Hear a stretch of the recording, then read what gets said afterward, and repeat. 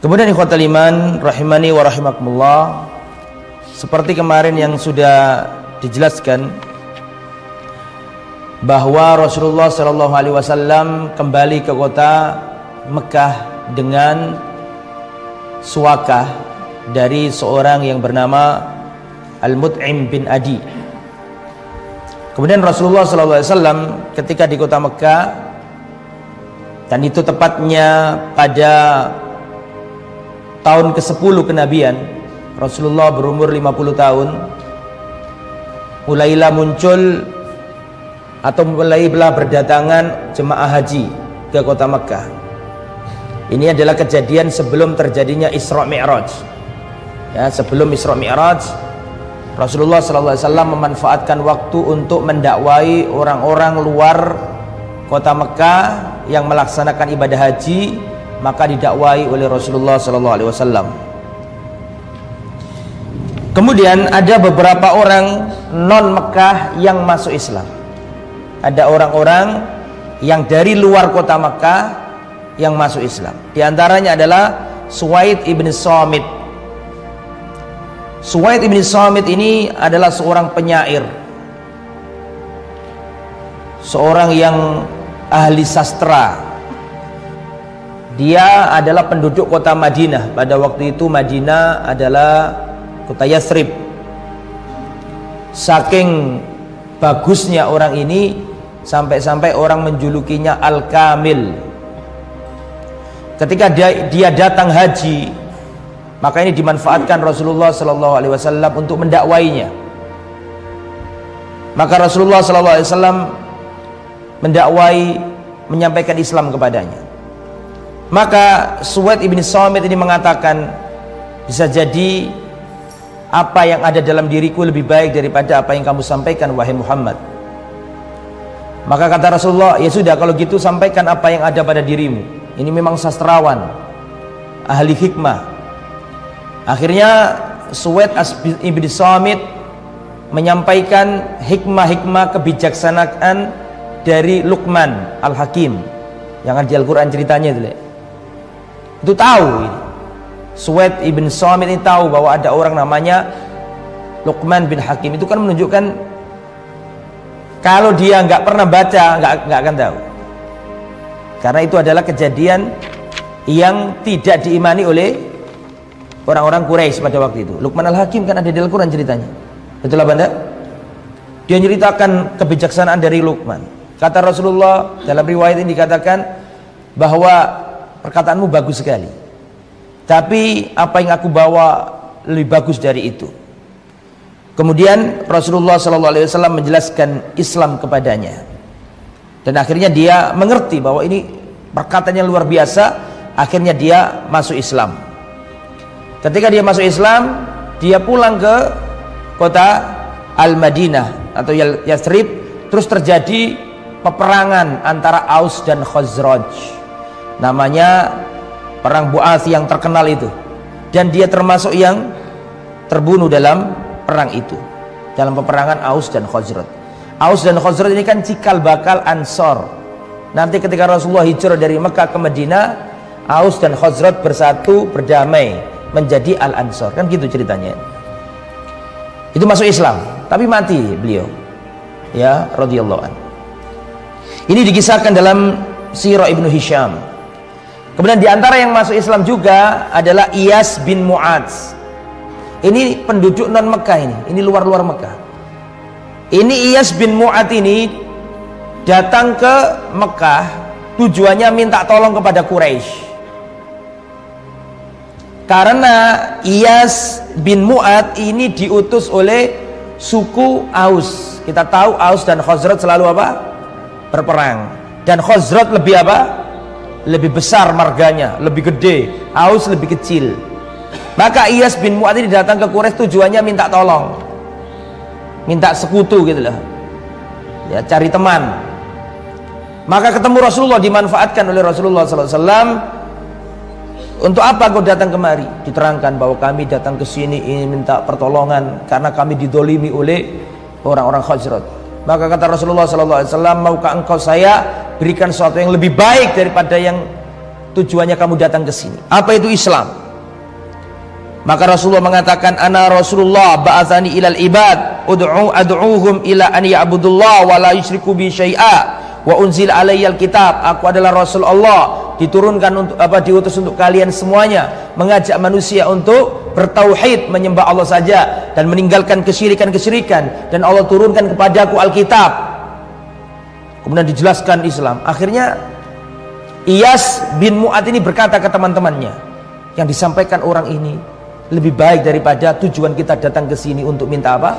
Pertolongan. Ini lebih baik kita ikuti Nabi ini. Maka Iyas bin Mu'ad ini dimarahi sama teman-temannya. Tinggalkan perkara ini. Kita ke sini bukan untuk ini. Akhirnya dia pulang ke mana? Ke Madinah, dan dia masuk Islam. Dia selalu bertasbih menjelang kematiannya. Dia bertasbih, bertahlil, bertahmid sampai wafat. Ini termasuk penduduk Madinah sudah masuk Islam sebelum datangnya Nabi. Ketika apa? Hijrah. Kemudian di antara yang masuk Islam yang terkenal, sahabat Nabi yang mulia Abu Dzar Al-Ghifari. Abu Dzar Al-Ghifari itu dari Bani atau dari suku Ghifar di sudut-sudut kota Madinah. Wilayahnya di sudut kota Madinah, penjuru Madinah.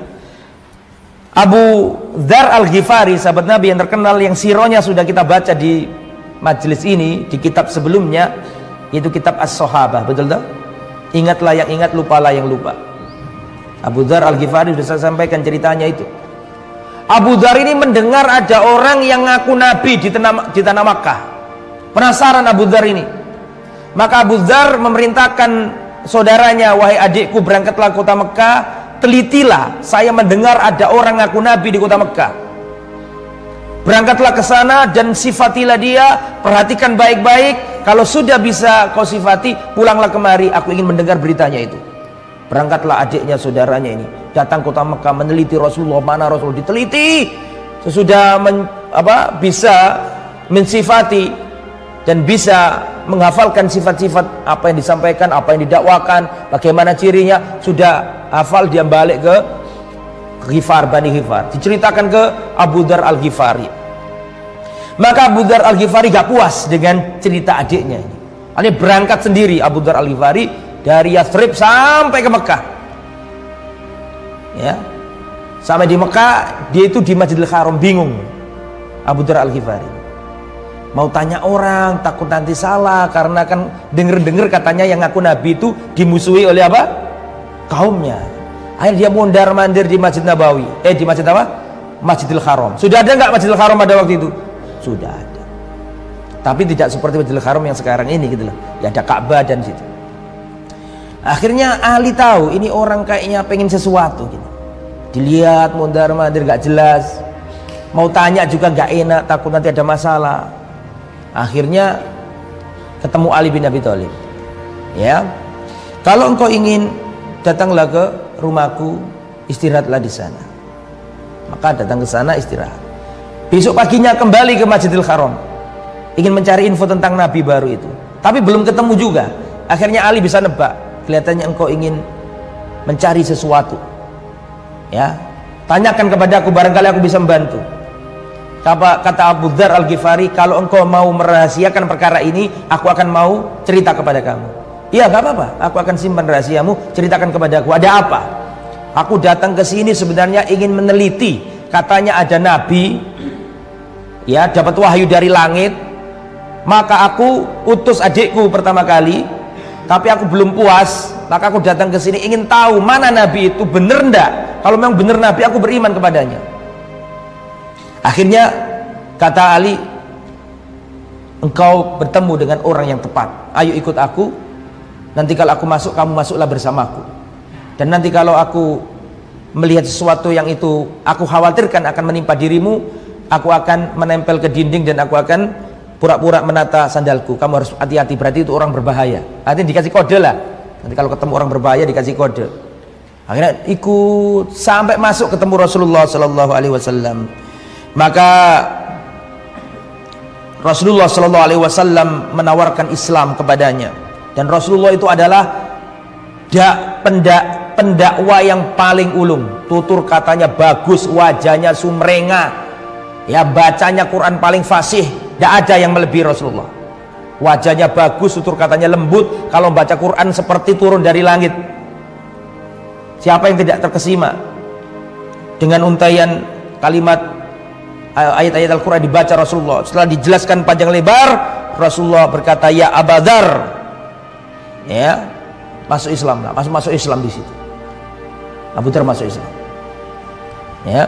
Kemudian Rasulullah sallallahu alaihi wasallam sebelum Abu Dzar ini pulang kembali ke negerinya, Rasulullah berpesan kepada Abu Dzar, ya Abu Dzar, uktum hadzal amr, wahai Abu Dzar, simpan rahasiakan dulu perkara ini, jangan kau siarkan kepada siapapun. Warji ila baladika, dan kembalilah ke negerimu. Fa idza balagha zuhuruna faqbil, nanti jika suatu saat kamu ketika di negeri Hifar, di Bani Hifar sana, kamu mendengar bahwa aku sudah dimunculkan Allah, dalam artian dimenangkan Allah, baru kamu datanglah menghadap aku. Sekarang sembunyikan dulu rahasia ini, jangan kau sebar-sebarkan kemana-mana. Nanti kalau Allah beri kemenangan, barulah kamu datang lagi kepada aku. Paham?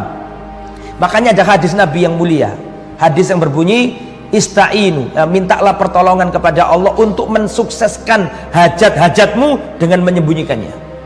Makanya antum kalau punya hajat, punya planning, punya agenda, itu jangan dikeluarkan ke orang. Itu sunnahnya Nabi itu. Antum punya rencana mau berikan yayasan kebaikan, mau dirikan toko, kalau belum, jadi cerita wong sih. Karena tidak semua orang itu senang dengan agendamu. Paham gak sih?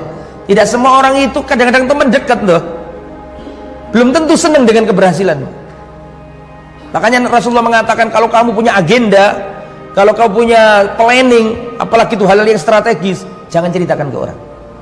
Karena setiap orang yang diberi nikmat itu mesti ada penghasadnya. Sedangkan kita nggak tahu siapa penghasad itu. Kadang-kadang teman pun bisa apa? Hasad. Makanya Rasulullah mengatakan, uktum hadzal amr, rahasiakan dulu wahai Abu Dzar, jangan kau bilang kemana-mana, supaya nanti perkara ini biar utuh dulu. Nanti kalau Allah beri kemenangan kepadaku, barulah kamu datang kepadaku wahai Abu Dzar. Kan gitu kan? Maka apa yang terjadi khotal iman? Abu Dzar ini nggak kuat, saking senengnya ketemu Nabi dan saking bahagianya masuk Islam ini, nggak nurut sama Nabi.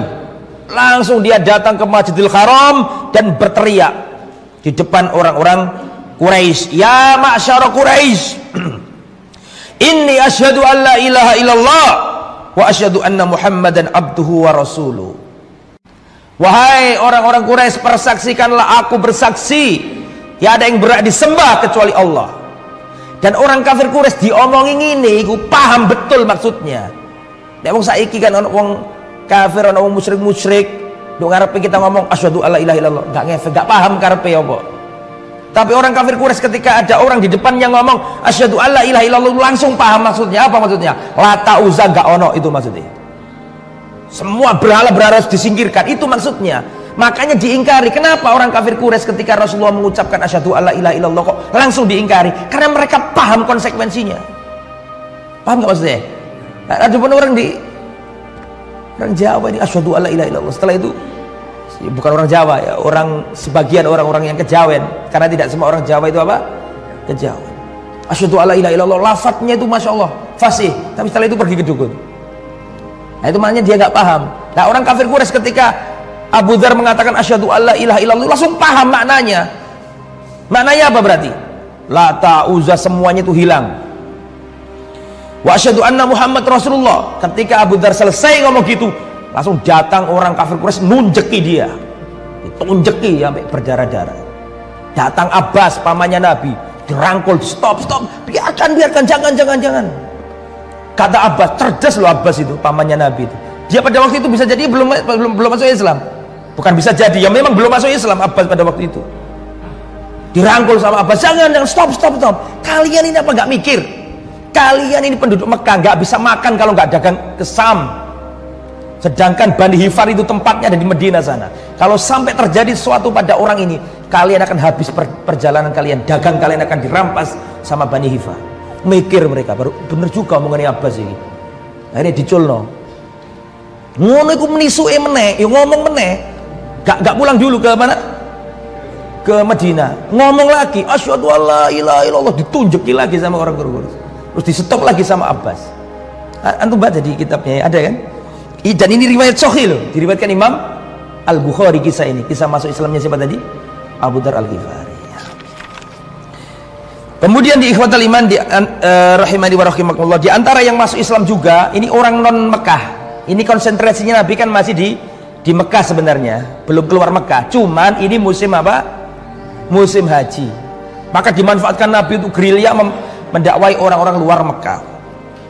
Ini sebenarnya saya ingin ceritakan Isra Mi'rajnya Nabi, tapi ini harus diceritakan juga. Dan setelah ini nanti kita ceritakan Isra Mi'raj, perjalanan Rasulullah ke langit. Di antara yang masuk Islam juga adalah Tufail bin Amr Ad-Dausi. Ini adalah seorang petinggi di negeri Yaman, seorang penyair ulung, seorang yang disegani oleh masyarakatnya, sampai orang-orang Mekah pun menyegani Tufail bin Amr Ad-Dausi ini. Maka ketika dia datang disambut sama pemuka-pemuka Quraisy di antaranya, dan mereka berkata, "Ya Tufail, innaka qadimta biladana." Wahai Tufail, kau datang ke negeri kami Mekah. Dan hati-hati, di antara kami ini ada laki-laki yang mengatakan dirinya itu nabi. Hati-hati, dia ini penyihir. Masih ingat gak dulu Walid bin Mughirah? Ini cerita ini saya sampaikan sebelum pandemi. Sebelum pandemi. Jadi ceritanya begini, kita putar ulang dulu yang dulu saya ceritakan. Masih ingat gak dulu ketika dakwanya Nabi semakin merajalela, banyak orang-orang Mekah yang terpengaruh Nabi dan masuk Islam, maka Al-Walid bin Mughirah berkata, "Hei orang-orang kafir Quraisy, sebentar lagi musim haji." Dan Muhammad itu tutur bahasanya bagus, wajahnya nyenengkan orang, gampang menggait orang untuk masuk Islam. Paham kan ceritanya? Maka kita harus bersepakat dulu. Nanti kalau ada orang-orang Arab itu datang ke kota Mekah, itu pasti akan dipengaruhi Muhammad. Maka kita harus menyatukan visi, menyatukan kalimat ya tentang Muhammad ini. Kalau ada tanya, kita jawab dengan kalimat yang satu supaya tidak silih genje, kata orang Jawa. Ngerti silih genje kan? Yang satu ngomong ini, yang satu ngomong ini, nggak enak didengarkan oleh orang non Mekah. Maka kita harus sepakat dulu siapa Muhammad ini. Nanti kalau orang Najd datang, orang Yasrib datang, orang Yaman datang, pasti didakwai sama Muhammad. Maka kita harus bersatu dulu, menyatukan kalimat, kita juluki Muhammad itu siapa. Setuju kalian? Iya betul, omonganmu setuju. Ayo terus, sekarang silakan kalian usul. Enaknya kita juluki Muhammad itu apa? Ada orang usul pertama kali, "Wahai Walid bin Mughirah, bagaimana kalau kita juluki Muhammad itu kahin, dukun saja?" Kata Al-Walid bin Mughirah, la, gimana Muhammad dukun? Kita nggak pernah lihat Muhammad komat kamit baca mantra. Kita nggak pernah lihat Muhammad potongannya kayak dukun, nggak ada. Kamu itu kalau membuat usul yang bagus, nggak ada orang percaya kalau Muhammad dukun. Yang lain, ada lagi yang usul. Saya, apa usulmu? Bagaimana kalau kita juluki Muhammad itu adalah seorang majnun, gila, kena jin, kena gangguan gitu loh. Kadang-kadang kejang-kejang, kadang-kadang dapat berita was-was dari langit, wangsit, kata orang kalau kena kesetanan kan gitu. Kita katakan seperti itu saja supaya orang-orang nggak berani mendekati dia, bahwa ini orang aneh, kadang-kadang suka ngigau, suka nggak jelas omongannya, kena jin. Maka kata Al-Walid bin Mughirah, la, tidak mungkin Muhammad itu loh gak seperti itu. Dan kalian tahu bahwa itu gak seperti itu. Dan kalian tahu Muhammad tidak seperti yang kalian apa? Sifati. La, yang lain, bukan begitu potongan orang kena jin itu. Yang lain. Akhirnya ada yang usul, bagaimana kalau syair? Karena kata-katanya indah, penuh dengan sastra, kita juluki saja Muhammad itu syair. Apa artinya syair? Penyair, sastrawan. Kata Al-Walid bin Mughirah, la, kita ini orang Arab paham syair, Muhammad bukan penyair. Bingung wong-wong ini. Oh, saya punya ide, apa itu? Sahir, penyihir. Ya, kita juluki saja Muhammad penyihir. Kata Al-Walid bin Mughirah, la, nggak mungkin Muhammad penyihir. Kita nggak pernah tahu Muhammad itu meniup buhul, kita nggak pernah Muhammad nyantet orang. Bagaimana kita katakan Muhammad penyihir? Nggak ada orang percaya. Akhirnya wong-wong bingung, lah apa mikir sing usul-usul dewe, kita wis usul kono sing nggak ada yang bener. Apa maksudnya ya? Nggak ada yang bener. Padahal ente sendiri yang punya ide. Nah, sudah sekarang kamu apa wahai Walid bin Mughirah? Sekarang Walid bin Mughirah baru usul. Setelah saya lihat pendapat-pendapat kalian tadi itu nggak ada yang bener. Tapi yang paling mendekati kebenaran adalah sahir. Apa sahir itu? Penyihir. Mengapa? Karena Muhammad ini bisa memisahkan suami istri. Di antara misinya penyihir itu kan mateni wong, ngelarakno wong utawa misano bebojoan. Betul apa enggak? Penyihir itu 3. Secara global kerjaannya penyihir itu 3. Mateni wong, membunuh orang, atau ngelarakno wong, membuat orang kembang bayang gitu kan. Tahu kembang bayang? Sakit gak sembuh-sembuh karena disantet dan sebagainya. Yang ketiga, memisahkan suami istri. Lah Muhammad ini kan ada orang suami masuk Islam, istrinya nggak mau Islam, cerai. Istrinya masuk Islam, suaminya nggak mau Islam, cerai. Nah, ini tepat ini. Paling cocok Muhammad kita katakan apa? Penyihir karena bisa memisahkan suami istri. Paham ya sisi analogi yang dipakai oleh siapa? Al-Walid bin Mughirah. Nah, makanya sejak itulah Rasulullah dipanggil apa tadi? Penyihir. Nah, ini ketika kita balik sekarang ke sini, ketika Tufail Ad-Dawsi, seorang pemimpin kaumnya ini datang, diwanti-wanti sama penduduk Mekah, hati-hati, ini penyihir, bisa memisahkan suami istri. Banyak orang Mekah yang pisah suami istri sejak jadi pengikutnya Muhammad, gara-gara kena sihirnya Muhammad. Hati-hati, kamu jangan dekat. Kata Tufail Ad-Dawsi, ya Tufail Ad-Dawsi tadi ya, Tufail bin Amr Ad-Dawsi, aku pada waktu berangkat menuju tanah haram, aku ada di Masjidil Haram, dan qadarullah itu dia dekat sama Rasulullah. Dia ingin nggak mau dengar dari Rasulullah karena khawatir apa? Khawatir kena sihir karena ditakut-takuti oleh kafir Quraisy. Ternyata dia itu ada di masjid dekat dengan Rasulullah, dan Rasulullah Shallallahu Alaihi Wasallam itu sedang membaca Al-Quran, didengar sama Tufail bin Amr Ad-Dawsi ini. Akhirnya dia mikir, loh aku ini orang yang pinter sastra, aku bukan orang bodoh, kenapa aku gak dengar omongan dia? Lebih baik aku dengarkan dulu, kalau bagus ya alhamdulillah, kalau gak bagus ya aku tinggalkan.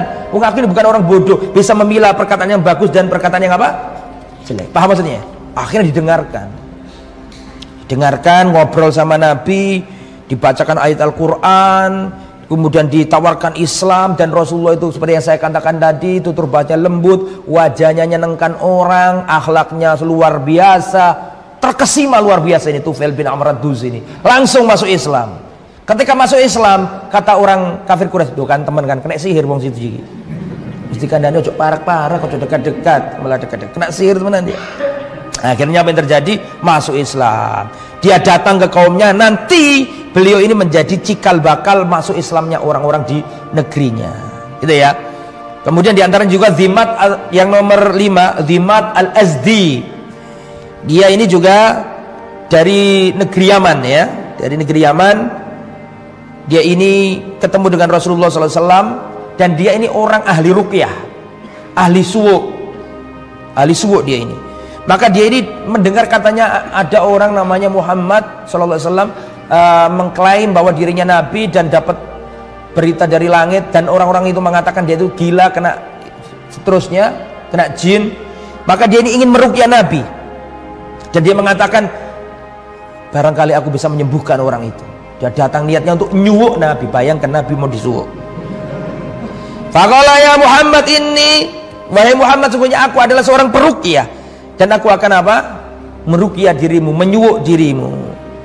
Maka Rasulullah SAW berkata, innal hamdalillah nahmaduhu wa nasta'inuhu wa nastaghfiruh wa na'udzu billahi min innal hamdalillah nahmaduhu wa nasta'inuhu may yahdihillahu fala mudilla lahu wa may yudlil fala hadiyalah wa asyhadu an la ilaha illallah wa asyhadu anna muhammadan abduhu wa rasuluh. Amma ba'd. Kaget. Siapa namanya? Zimat Al-Azdi. Ternyata kok ngomongnya bagus sekali. Ya, kalau antum kan nggak merasa bagus kan tadi kan, karena nggak paham. Ya, kalau orang Arab ini paham maksudnya. Ini nggak pernah diomongkan orang Arab sebelumnya. Innal hamdalillah nahmaduhu wa nasta'inuhu wa nastaghfiruh may yahdihillahu fala mudhillalah wa may yudlil fala hadiyalah wa asyhadu an la ilaha illallah wahdahu la syarikalah wa asyhadu anna muhammadan abduhu wa rasuluh. Ketika Rasulullah membacakan itu, amma ba'd, belum selesai ngomong, langsung dia ngomong ayat kalimat aja. Tolong ulangi lagi omonganmu tadi itu. Kata si Zimat ini, saya nggak pernah dengar orang Arab ngomong kayak gitu tadi. Diulangi sama Nabi, akhirnya terkesima dan akhirnya masuk Islam. Di antara yang masuk Islam juga adalah beberapa orang Yathrib, orang Madinah, paham ya? Yang sedang haji dari Madinah ke Mekah. Ini nanti jadi cikal bakal ya Bai'atul Aqobah, cikal bakal Nabi hijrah. Ada 6 orang Yathrib yang masuk Islam, yaitu As'ad bin Zurarah, Auf bin Haris, Rafi' bin Malik, ya Qutbah bin Amir, Uqbah bin Amir, dan Jabir bin Abdullah. Ini termasuk pembesar Ansor. Awal-awal orang Ansor masuk Islam, bahkan sebelum menjadi Ansor sudah masuk Islam. Dalam artian Rasulullah belum hijrah sudah masuk Islam duluan. Lah nanti itu 6 orang ini kembali ke Madinah. Jadi mereka didatangi Nabi di kemah-kemah mereka waktu haji, datangi masuk Islam. Akhirnya balik ke kota Madinah, gerilya, masih Yathrib namanya, gerilya. Akhirnya nanti ngutus ada Bai'atul Aqobah, perjanjian sebagian orang Ansor akan sumpah setia membela Nabi. Paham maksudnya enggak? Itu nanti menjadi cikal bakal Rasulullah apa? Hijrah. Karena 6 orang ini, apalkan nama ini dan jadikan nama-nama ini nama anak-anakmu. As'ad bin Zurarah, As'ad bin kamu, jangan bin Zurarah kalau mungkin anak. Karena ada orang saking ngefansnya sama sahabat Nabi sampai bin-binnya dikanutkan. Ya, anaknya sampai Nabi jenis apa? Umar bin Khattab. Lu jangan Khattab, bin sampean. Paham enggak maksudnya? As'ad bin Zurarah, Auf bin Haris, Haris bin Malik, Qutbah bin Amir, Uqbah bin Amir, Jabir bin Abdullah. Ini punggawa-punggawanya orang Ansor. Nanti menjadi cikal bakal. Lah, setelah itu pada bulan Syawal tahun 11 kenabian, berarti umur berapa Nabi? 11 kenabian, berarti umur berapa? 51. Beliau nikah sama Sayyidatuna Aisyah radhiyallahu anha. Pada waktu itu Sayyidah Aisyah umurnya 6 tahun dinikahi Nabi. Tetapi belum dikumpuli, belum bersama. Ya bersamanya nanti ketika umur berapa? 9 tahun. Ini orang orientalis senang dengan kisah ini. Bahkan orang yang otaknya ada syaitannya, selalu menyerang Nabi dari sisi ini dan mengatakan Rasulullah adalah seorang laki-laki yang pengidap penyakit apa? Pedofilia. Kita katakan la, sama sekali tidak. Ini orang Arab umur 9 tahun sudah balik, sudah bisa untuk menikah. Di antara dalil, perhatikan, di antara dalil bahwa hal ini itu lumrah terjadi adalah, saya mau tanya, tolong dijawab, pada zaman itu, di zaman Nabi sudah ada nggak orang Nasrani? Kristen ada nggak? Ada nggak orang Yahudi? Ada nggak orang kafir Quraisy? Ada nggak orang Majusi? Ada Majusi, ada Yahudi, ada Nasrani, ada kafir Quraisy, semuanya ada. Tapi di zaman itu tidak ada satupun dari mereka menghujat Nabi karena Nabi nikah sama Aisyah. Mana dalil, mana riwayat bahwa orang Nasrani pada waktu itu, orang Romawi pada waktu itu, orang Persia pada waktu itu, orang Yahudi pada waktu itu, orang kafir Quraisy pada waktu itu mencela Rasul karena menikah sama Aisyah? Tidak akan ketemu. Kenapa? Karena semua umat manusia pada waktu itu menganggap lumrah pernikahan dengan wanita yang sudah balik. Paham nggak maksud saya? Itu terjadi dimanapun, di Romawi, di Persia, di India, di Cina, di Mesir, semuanya manusia pada zaman itu lumrah, nggak ada masalah. Makanya menghukumi sesuatu di zaman lampau dengan paradigma zaman sekarang itu nggak bisa. Paham nggak maksud saya?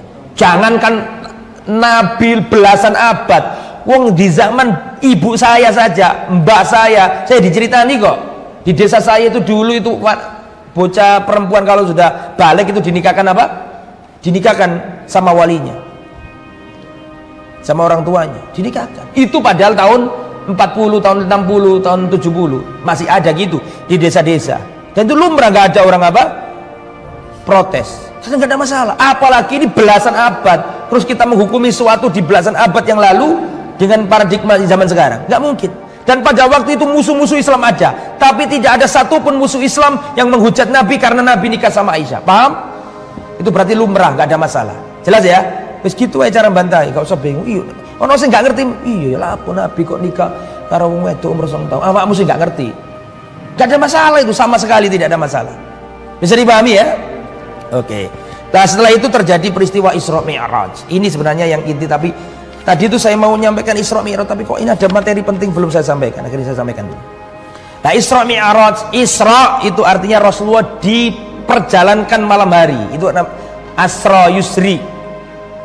Isra, Rasulullah diperjalankan malam hari dari mana? Dari Masjidil Haram ke Masjidil Aqsa dalam surat Al-Isra ayat 1 kalau nggak salah ya. Subhanalladzi asra bi 'abdihi lailan minal masjidil haram ilal masjidil aqsa. Maha suci Allah yang telah memperjalankan di malam hari Nabi Muhammad dari Masjidil Haram sampai ke Masjidil Aqsa. Itu namanya Isra. Mi'raj artinya Rasulullah diangkat dari Baitul Maqdis sampai ke Sidratul Muntaha. Ya. Kita baca. Jadi ini terjadi khilaf pendapat banyak. Asy-Syaikh Mubarak Furi menyebutkan ada 6 pendapat. Ada yang mengatakan ini tahun ke-5, ada yang mengatakan ini tahun ke-10 kenabian, tahun 5 kenabian, ada yang mengatakan tahun ke-16 sebelum hijrah 16 bulan. Macam-macam riwayatnya banyak. Ya, riwayatnya sangat banyak di sini disebutkan. Ya, kapan tepatnya gitu ya. Jadi ini perselisihan yang sangat banyak kapannya, tapi kita tidak penting kapannya, tapi esensinya yang kita apa-apa perhatikan. Memang ada khilaf panjang di antara para ulama. Al-Imam Ibnu Qayyim Al-Jauziyah berpendapat bahwa, menyatakan bahwa, ya sama aja berpendapat, menyatakan bahwa Isra Mi'rajnya Nabi itu jasad dan ruh. Tidak hanya ruhnya saja, Nabi tidur di Mekah terus ruhnya dibawa ke Baitul Maqdis, dibawa ke Sidratul Muntaha, itu ruhnya saja. Lah, tidak. Tapi kata Al-Imam Ibnu Qayyim Al-Jauziyah, peristiwa Isra Mi'raj itu ruhan wa jasadan. Ruh dan apa? Jasad, dua-duanya. Rasulullah naik Buraq dari Masjidil Haram sampai ke Masjidil Aqsa. Orang-orang meyakini bahwa Mi'rajnya Nabi itu di Masjid Quba Sohra. Antum kalau pernah lihat gambar Masjid Palestina, Masjidil Aqsa terus ada Quba emas itu. Quba emas itu apakah Masjidil Aqsa? Iya, itu Masjidil Aqsa. Jadi begini, Masjidil Aqsa itu komplek begini, Pak, luas begini. Lihat saya yang belum pernah ke sana biar tahu. Jadi Masjidil Aqsa itu komplek luas begini. Nah, di sini ada beberapa masjid. Paham nggak maksudnya? Di depan sini ada Jami' Al-Qibli. Jami' Al-Qibli itu yang sekarang warna kubahnya hitam, itu yang dipakai sholat, itu yang inti. Di bawahnya Masjid Al-Qibli itu Masjid Umar, Masjid Al-Aqsa Al-Qadim. Aqsa di zamannya Umar bin Khattab itu di bawah Masjid Jami' Al-Qibli yang sekarang kita lihat yang kubahnya hitam itu. Itu di bawahnya dulu Masjid Aqsa di zamannya Umar. Terus di zamannya khulafa dibangun di atasnya Masjid Jami' Al-Qibli. Nah, yang di depan itu masjid apa namanya tadi saya bilang Qubatus Sohra, itu juga masuk dalam komplek apa? Al-Aqsa. Karena sebagian orang ada yang mengatakan banyak yang salah paham, itu dikira Masjidil Aqsa padahal bukan Masjidil Aqsa. Masjidil Aqsa adalah depannya. Kan banyak yang ngomong kayak gitu. Yang benar dua-duanya apa? Aqsa. Karena Aqsa itu wilayah komplek luas begini. Di depan ini Masjid Jami' Al-Qibli yang dipakai sholat. Yang di sini itu ada Qubatus Sohra yang kubahnya emas itu. Jelas sampai sini ya. Tapi itu kalau sudah hari Jumat dipakai semuanya karena satu komplek itu penuh. Ada yang sholat di sini dan ada beberapa masjid, ada Masjid Jami' Al-Qibli, ada Masjid Umari, ada Masjid Marwani, ada Masjid Buraq, ada masjid yang saya katakan tadi Masjid apa? Qubatus Sohra. Lah, diyakini bahwa di Qubatus Sohra ini yang kalau antum lihat Masjidil Aqsa ada kubah emas itu, diyakini oleh kaum muslimin di situ itulah tempat muntolaknya Rasulullah dari Masjidil Aqsa ke Sidratul Muntaha. Dan itu tidak ada dalil khusus yang menerangkan itu. Kemarin ketemu Syekh di Palestina yang kapan hari datang ke mana, ke Siti Ali, ketemu saya, akhirnya saya diajak ke rumah beliau, ke restoran beliau. Terus beliau saya minta untuk ngasih ceramah ke jamaah saya. Beliau menerangkan bahwa tidak ada dalil khusus yang mengatakan bahwa muntolaknya Rasulullah itu, intilaknya, berangkatnya dari Masjidil Aqsa ke Sidratul Muntaha itu di Quba emas, itu nggak ada dalil. Tetapi dalilnya adalah keumuman area apa? Allah. Pokoknya Al-Aqsa gitu aja. Entah itu di sudut yang mana, wallahu a'lam. Yang penting jadi tidak juga bisa jadi di situ. Tapi memastikan di situ juga tidak ada dalil apa? Ya, bisa dipahami saya? Nah, dari situ itulah Rasulullah dinaikkan. Dan dalam riwayat dikatakan bahwa Rasulullah ngimami para nabi di Masjidil Aqsa. Tidak ada tempat di muka bumi yang digunakan berkumpulnya para nabi kecuali Aqsa. Tidak ada tempat di muka bumi ini yang dijadikan oleh Allah kumpulnya para nabi kecuali Aqsa. Negeri yang diberkati. Alladzi barakna haulahu, yang kami berkati di daerah Aqsa itu diberkati oleh Allah Subhanahu wa taala. Kemudian Rasulullah SAW dinaikkan oleh Allah Subhanahu wa taala ke langit yang pertama. Di langit yang pertama Rasulullah ketemu dengan, itu Rasulullah ditemani siapa? Jibril alaihissalam memakai kendaraan namanya Buraq. Rasulullah SAW di langit pertama ketemu Adam alaihissalam, maka Adam menyambut beliau dan mengukuhkan kenabian beliau. Kemudian Rasulullah SAW ditampakkan oleh Allah ya ruh-ruh orang-orang yang bahagia, arwah-arwah di sebelah kanan, arwah-arwah orang yang bahagia hidupnya, dan disampaikan di sebelah kiri arwah-arwah orang yang celaka. Rasulullah ditampakkan oleh Allah Subhanahu wa taala. Lihat arwah-arwah yang bahagia, arwah-arwah yang menderita susah. Kemudian naik ke langit tingkat 2. Di langit 2 ini Rasulullah bertemu dengan Yahya bin Zakaria dan Yesus bin Maryam atau Isa bin Maryam alaihi wassalam. Dan Yahya sama Yesus zaman Nabi Isa itu masih apa? Masih ada keluarga. Karena Maryam, Sayyidatuna Maryam, yaitu dipelihara, dirawat oleh Zakaria. Zakaria sudah syebeh, beliau sudah tua, ya, sudah uban-ubanan, sudah tulangnya lemah, belum punya anak. Berdoa sama Allah Subhanahu wa taala. Di mana berdoanya Nabi Zakaria? Ya di Masjidil Aqsa. Ya, di Masjidil Aqsa. Hunalika da'a Zakaria Rabba. Qala rabbi habli min ladunka dzurriyyatan thayyibah innaka sami'ud du'a. Di mihrab itulah Nabi Zakaria berdoa, ya Allah, anugerahkanlah kepada aku anak yang baik ya Allah, keturunan yang baik ya Allah. Ya, maka Allah Subhanahu wa taala kasih anak namanya siapa?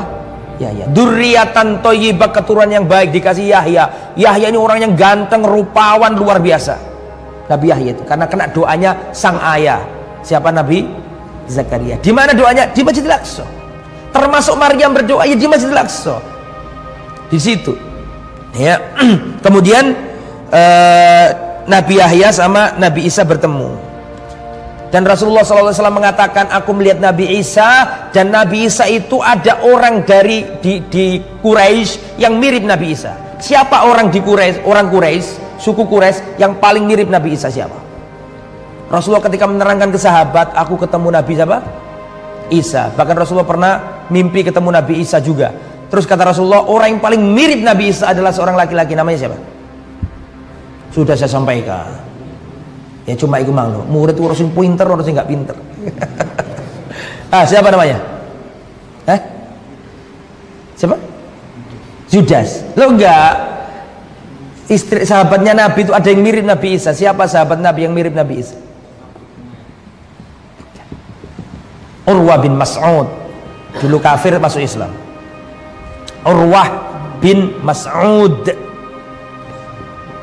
Urwah bin Mas'ud ini termasuk utusannya kafir Quraisy ketika Sulhul Hudaybiyah, menjelang Sulhul Hudaybiyah.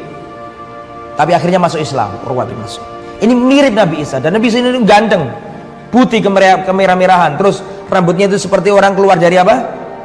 Kamar mandi, ada netes-netesnya, klimis apa klimis? Nah, itu Nabi Isa alaihissalam. Kemudian Rasulullah naik ke langit tingkat 3. Di langit tingkat 3 itu Rasulullah ketemu dengan Nabi Yusuf alaihissalam. Nabi Yusuf alaihissalam. Kemudian dia disambut, terjadi penyambutan, disambut dengan baik, kemudian mengukuhkan kenabiannya. Setelah itu ke langit tingkat 4. Di langit tingkat 4 Rasulullah ketemu dengan Nabi Idris, ya, mengucapkan salam, sambut lah, gitulah intinya.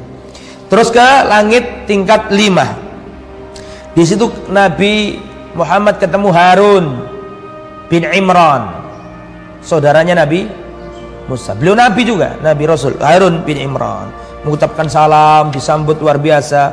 Terus ke langit tingkat 6. Di langit yang ke-6 ketemu Nabi Musa bin Imran. Kenapa kok ada kenapa yang diceritakan kok yang dikejar-kejar, yang ingin disembelih kok Musa, kok tidak Harun? Pernah dengar ceritanya Harun mau disembelih? Yang sering dengan Nabi siapa? Musa. Tahu nggak kenapa? Mau saya ceritai? Karena Fir'aun itu mimpi. Fir'aun itu mimpi. Dalam mimpinya itu Fir'aun melihat ada api dari Baitul Maqdis Palestina pergi ke barat menghancurkan rumah-rumahnya orang Mesir, kecuali rumah-rumahnya Bani Israel nggak hancur. Lah mengapa di Mesir kok ada Bani Israel? Karena Nabi Yusuf jadi menteri itu loh. Itu makanya antum jangan heran kalau, loh kenapa kok Nabi Musa Bani Israel kok ada di Mesir? Itu cikal bakalnya dari Nabi siapa? Yusuf. Karena jadi menteri itu saudara datang semuanya kan beranak pinak di situ itu. Akhirnya Fir'aun mikir, ini berarti jangan-jangan Bani Israel mau merebut kekuasaanku. Akhirnya dia mengumpulkan para dukunnya, para penasihat kerajaan, habisi semua bayi Bani Israel. Semua bayi-bayi disembelih semuanya. Lah Bani Israel kan banyak yang menjadi pembantu, banyak yang jadi budak di negeri apa? Mesir. Akhirnya generasi mudanya bayinya dibunuh semuanya. Akhirnya ini para pekerja ini yang tua-tua sudah banyak yang mati, kurang kader. Paham nggak maksudnya? Kurang kader. Akhirnya terjadi musyawarah ulang. Kalau gitu sekarang kita harus siasati. Setahun kita biarkan mereka hidup, bayi-bayinya. Setahun harus dibunuh semuanya. Setahun hidup, setahun bunuh. Lah Harun itu lahir di masa yang tidak disembelih. Paham? Makanya kok aneh, kok Harun yang nggak pernah diceritakan, kok Musa tok yang ceritakan. Karena Nabi Harun itu lahir di masa yang tidak ada penyembelihan. Nabi Musa yang ada penyembelihan itu. Oke ya, paham ya? Nabi Musa di langit tingkat berapa tadi? 6. Terus setelah Rasulullah hendak berpaling mau pergi melanjutkan perjalanan, Nabi Musa nangis. Nabi Musa nangis. Ma'yubkika, apa yang buatmu nangis wahai Nabi Musa? Abki li anna ghulaman bu'itha min ba'di yadkhulul jannata min ummati aktsar mimma yadkhulu min ummati. Aku nangis karena ada bocah, nyebut Rasulullah bocah. Hulaman, ada bocah yang maksudnya ya bukan bocah ya, tapi lafadznya hulam memang artinya bocah. Saya nangis karena ada seorang bocah yang diutus ke muka bumi yang mana umatnya masuk surganya lebih banyak daripada umatku, kata Nabi Musa. Kemudian Rasulullah naik ke langit tingkat 7. Di langit tingkat 7 ini Nabi Musa ketemu Nabi Ibrahim. Wallahu a'lam bishawab. Seterata tadi itu menunjukkan tingkatan kenabian juga. Tentu paham maksud saya? Tingkatan tadi teman. Jadi para wali, manusia biasa semuanya diperes oleh Allah menjadi orang muslim. Orang muslim diperes jadi wali-walinya Allah. Karena syarat jadi wali itu kan mukmin sama iman dan apa? Takwa. Diperes jadi wali-walinya Allah. Wali-walinya Allah diperes lagi jadi para anbiya. Para anbiya ini diperes lagi jadi para rasul. Betul apa enggak? Para rasul ini diperes lagi menjadi ulul azmi. Berapa orang ulul azmi? Siapa yang menyebutkan? Siapa yang bisa menyebutkan 5 orang ini? Yallah bisurah. Rasulullah, Ibrahim, Musa, Isa. Satunya siapa? Nuh. Ya kan 5 orang. 5 orang ini diperes, difilter lagi sama Allah untuk siapa yang lebih afdol. Muncul dari 5 ini 2 ini Al-Khalil, kekasih Allah. Kekasih Allah cuma ada 2. Al-Khalil siapa? Ibrahim sama Muhammad SAW. Ya 2 ini diseleksi lagi Rasulullah yang paling tinggi. Namanya apa? Maqamam Mahmudah Al-Wasilah. Makanya setelah adzan itu jangan lupa doa itu. Allahumma rabb hadhihi da'wati tamma was salatil qa'imah ati Muhammadanil wasilata wal fadil wa ba'athu maqamam mahmud. Inilah maqamam mahmudah yang semua nabi gak ada yang punya. Makanya kan sering saya disampaikan ustaz-ustaz yang lain, nanti pada hari kiamat ketika syafaat uzma semua nabi gak ada yang bisa memberi syafaat. Masih ingat kisah itu? Hanya Rasulullah tok yang bisa. Itu namanya syafaat. Itu kedudukan yang tidak dimiliki siapapun di jagat raya ini kecuali Rasulullah SAW. Itu tingkatnya tadi. Taib, makanya Nabi Ibrahim paling tinggi tadi kedudukannya. Kemudian, dan Nabi Ibrahim ini mirip Rasulullah. Nabi Ibrahim ini mirip siapa? Rasulullah SAW. Kemudian setelah itu apa yang terjadi? Rasulullah SAW dinaikkan sampai ke Sidratul Muntaha. Kemudian Rasulullah SAW dinaikkan ke Baitul Ma'mur. Ya, Rasulullah melihat di situ itu malaikat itu masuk 70.000, yang masuk nggak kembali lagi. Ya, nggak kembali lagi. Itu faida di sini dikatakan wa idza huwa yadkhulu kullu yaum, setiap hari itu masuk ke Baitul Ma'mur 70.000, dan yang sudah masuk tidak keluar lagi. Kemudian Rasulullah SAW masuk surga. Tumadkhulul jannah. Berarti surga ada di mana? Ada di atas. Surga itu wajib diimani. Surga itu di atas. Semakin tinggi semakin mulia. Dan yang paling tinggi di atas seluruh jagat raya ini siapa? Allah Subhanahu wa ta'ala. Wajib kita imani. Saya itu heran sama orang yang nggak mengakui ketinggian Allah tapi ngimani Isra Mi'raj. Nah, lapor Rasul di Isra Mi'raj kan itu kalau Allah tidak di atas. Paham maksudnya ya? Jadi Isra Mi'raj ini dalil bahwa Allah ada di atas. Gak usah dipikir nanti begini butuh tempat ini, itu otakmu. Allah gak pernah ngomong dia butuh tempat. Ya kan? Kita tetapkan Allah ada di mana? Di atas, sebagaimana yang Allah kabarkan sendiri. Yang paling tahu tentang Allah adalah Allah. Yang paling tahu tentang Allah setelah Allah Rasulullah. Ayo kita imani sebagaimana dikabarkan oleh Allah dalam Al-Quran dan disampaikan Rasul dalam Al-Hadis. Itu ya. Terus Rasulullah ke tempat paling tinggi yang tidak ada yang bisa lagi. Rasulullah mendapatkan perintah apa? Sholat 50 kali. Turun ketemu Musa lagi di langit berapa tadi? 6. Kata Nabi Musa, Muhammad, gak ngira kuat umatmu ini. 5 aja bolong-bolong kok. Betul gak? 5 itu lho sing ngumpet akeh sing gak iso nglakoni. Nggih napa mboten? Bali umat Muhammad sallallahu alaihi wasallam. Kembalilah, minta keringanan, doa lagi. Balik lagi, masih belum kuat umatmu, minta keringanan lagi. Terus bundar-mandir sampai 5. Turun kata Nabi Musa, berapa sekali? 5. Minta lagi. Kata Rasul, nah aku izin aku jaluk meneh. Kata Rasul, aku malu. Ya, lafaz yang dipakai oleh Rasulullah itu ya. Rasulullah SAW istahyaitu min rabbi, aku malu kok minta keringanan terus. Akhirnya 5 itu. Dan 5 itu sama dengan 50. Karena wal hasanatu bi asyri amsalihha. Kebaikan itu Allah lipat gandakan jadi apa? 10. Itulah rahmat Allah kepada umatnya Nabi Muhammad SAW. Kemudian di fatal iman saya sederhanakan karena waktu sudah mulai siang ya. Nah, disitulah Rasulullah SAW ini diceritakan oleh Imam Ibnu Qayyim dalam kitabnya Zadul Ma'ad dengan riwayat yang sangat panjang. Ini dirangkum oleh pengarang kitab ini. Di antara perkara-perkara yang dilihat Nabi adalah, perhatikan ini poin sebelum kita akhiri, Rasulullah ditampakkan susu dan khamr. Rasulullah disuruh milih. Rasulullah memilih susu. Maka dikatakan kepada Nabi, hudital fitrah, kamu sesuai dengan fitrah. Ya. Kemudian Rasulullah ditampakkan 4 sungai. Sungai yang keluar dari Sidratul Muntaha. Nahrani dhahirani wa nahrani batinani. 2 sungai yang nampak dan 2 sungai yang tidak nampak. 2 sungai yang nampak adalah naik sungai Nil. Di mana itu? Mesir. Wal Furat. Furat itu orang Indonesia bilangnya sungai Eufrat. Di mana?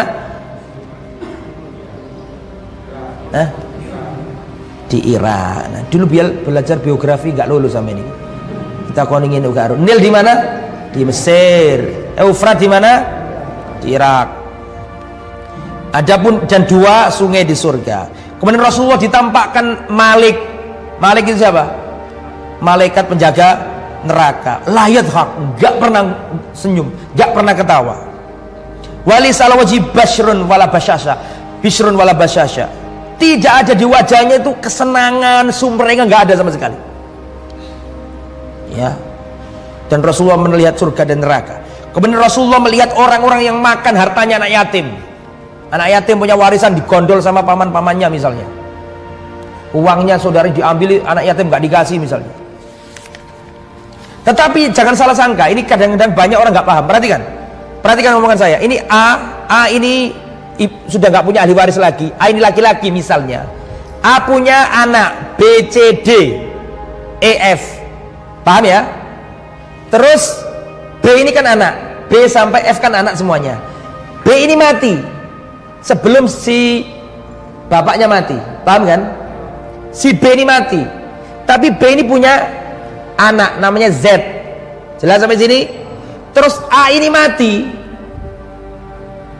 Paham? Z dapat warisan apa enggak? Z tidak dapat warisan, kan sudah diajari sama Ustaz Salim di sini kan? Ilmu faraidiyah, betul ya? Z gak dapat. Loh, tapi kan kasihan dia ini gak dapat, bapaknya wis mati kok gak oleh. Karena syarat cucu itu dapat warisan kalau si mayit gak punya anak. Dan ini si mayit masih punya anak. Dan anaknya mayit gak mesti bapaknya dia. Anaknya mayit bisa jadi paman-pamannya juga. Paham sampai sini? Paham ya? Nah itu, nah maksudnya ini memakan harta anak yatim dalam makna seluas-luasnya. Dan memang ada itu. Anak yatim ini punya warisan, diambil sama ibunya semuanya. Ibunya nikah lagi. Mungkin nggak seperti itu? Mungkin saja. Jadi dengan arti yang seluas-luasnya, memakan hartanya anak yatim. Rasul ditampakkan orang yang makan hartanya anak yatim seperti apa? Unta yang memiliki apa itu? Yang bawa terjemahan?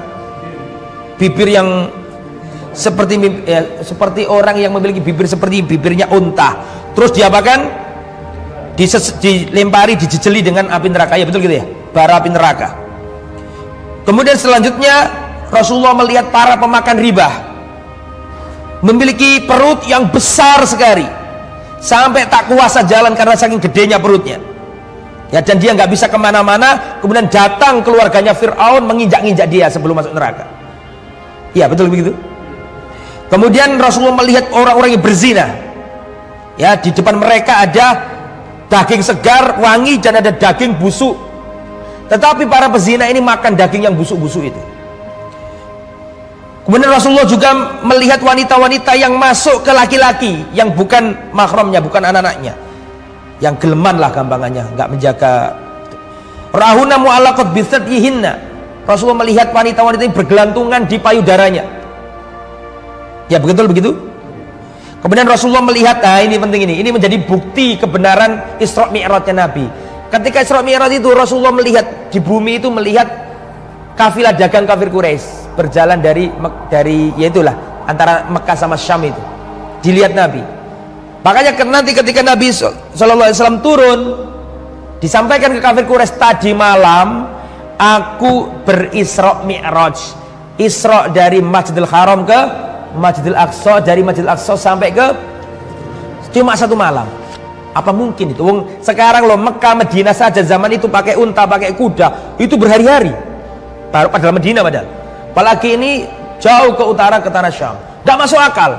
Oh semakin kafir orang kafir Quraisy. Oh gak percaya, semakin kafir. Kesempatan orang kafir datang ke Abu Bakar. Abu Bakar nih, saudaramu semakin gila. Dia mengklaim katanya berisra Mi'raj dari Masjidil Haram ke Masjidil Aqsa, Palestina sampai ke Sidratul Muntaha. Apa kata Abu Bakar? Wallahi kalau yang ngomong itu Rasulullah Muhammad SAW, saya percaya. Bahkan lebih dahsyat dari itu, aku pun percaya. Semenjak itulah Abu Bakar dijuluki apa? As-Siddiq, orang yang benar-benar membenarkan ucapannya Nabi. Dijuluki As-Siddiq. Dia dan diceritakan tentang Rasulullah melihat orang kafir Quraisy waktu apa? Berjalan dagang tadi. Itu ya. Insya Allah pada pertemuan akan datang kita akan masuk ke Bai'atul Aqabah. Tadi kan saya ceritakan orang Yathrib, berapa orang yang masuk Islam tadi? 6 ini pulang berdakwah di sana, gerilya. Lah nanti di haji tahun depan 6 orang ini bisa menggait orang-orang yang banyak masuk Islam, terus berangkat ke Medina, ke Mekah haji. Nah nanti terjadi Bai'atul Aqabah. Bai'at Aqabah. Nanti ada Bai'atul Aqabah yang pertama, ada Bai'atul Aqabah yang keberapa? Kedua. Insya Allah akan saya sampaikan pada pertemuan yang akan datang. Mudah-mudahan apa yang disampaikan tadi bermanfaat. Mohon maaf atas segala kekurangan dan kekhilafan. Subhanakallahumma bihamdika, asyhadu an la ilaha illa anta, astaghfiruka wa atubu ilaik. Wassallallahu ala nabiyyina Muhammad wa ala alihi washabbihi ajma'in. Wa akhiru da'wana alhamdulillahirabbil alamin. Assalamualaikum warahmatullahi wabarakatuh.